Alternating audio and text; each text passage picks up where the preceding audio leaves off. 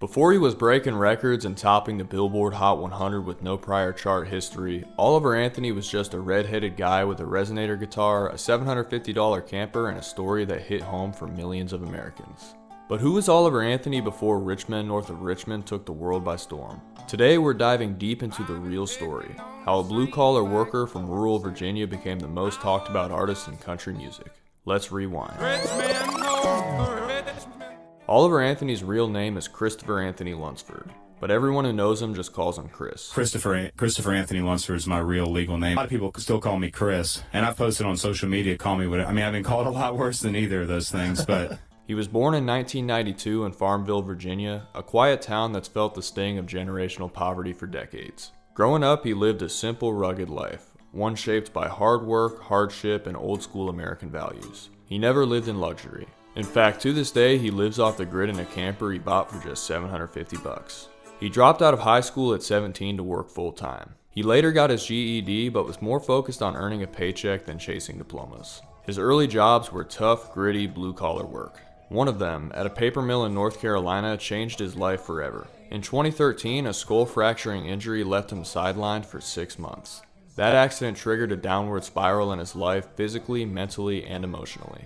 Like many in his position, he turned to drugs, mainly marijuana, and alcohol to cope. I'd drink, I'd get just absolutely stoned, and I would just sit around and try to think about anything but what it was that I really needed to be doing. He battled with depression and even admitted having suicidal thoughts during some of his darkest times. But even in his lowest moments, he always found an outlet, making music.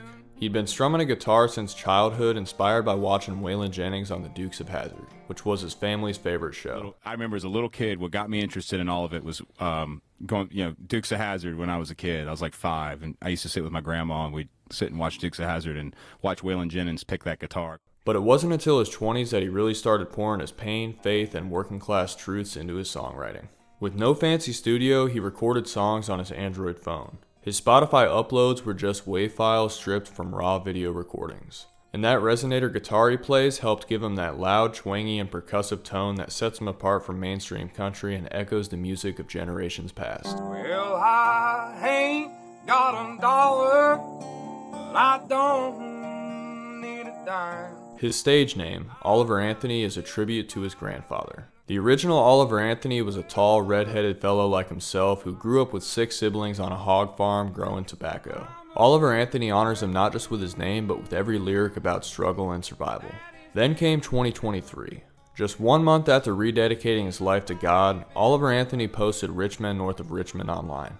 He didn't have a marketing team, a record label, or even proper sound mixing, but he had something better: the truth. Within days, Oliver Anthony became the first artist in history to debut at #1 on the Billboard Hot 100 with no prior charting songs. He also made history again by landing 13 songs on the Billboard Digital Songs sales chart simultaneously, the first living male songwriter to ever do it.